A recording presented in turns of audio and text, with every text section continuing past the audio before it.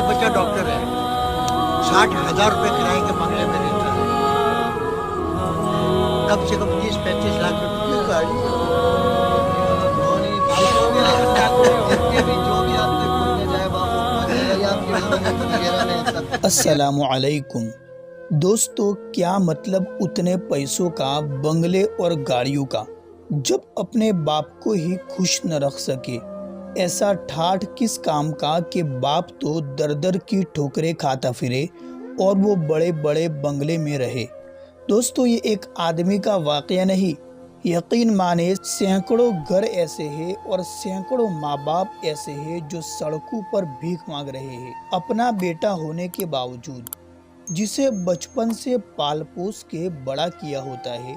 और जब बेटा अपने पाँव पर चलने लगता है और थोड़ा बहुत जानने लग जाता है और थोड़े बहुत पैसे हाथ आ जाते हैं, तो फिर वो अपने उस बाप को भी भूल जाता है जिसने उसे बचपन से लेकर जवानी तक अपनी सारी जमा पूंजी को खर्च करके बड़ा किया, सारा पढ़ाई वगैरह का खर्चा उठाया।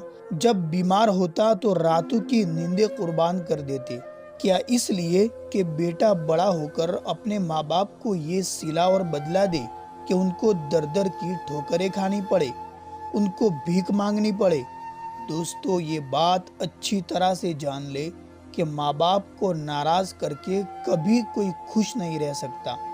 दोस्तों, चंद दिन की खुशी की खातिर अपनी ही जन्नत को क्यों खराब करते हो।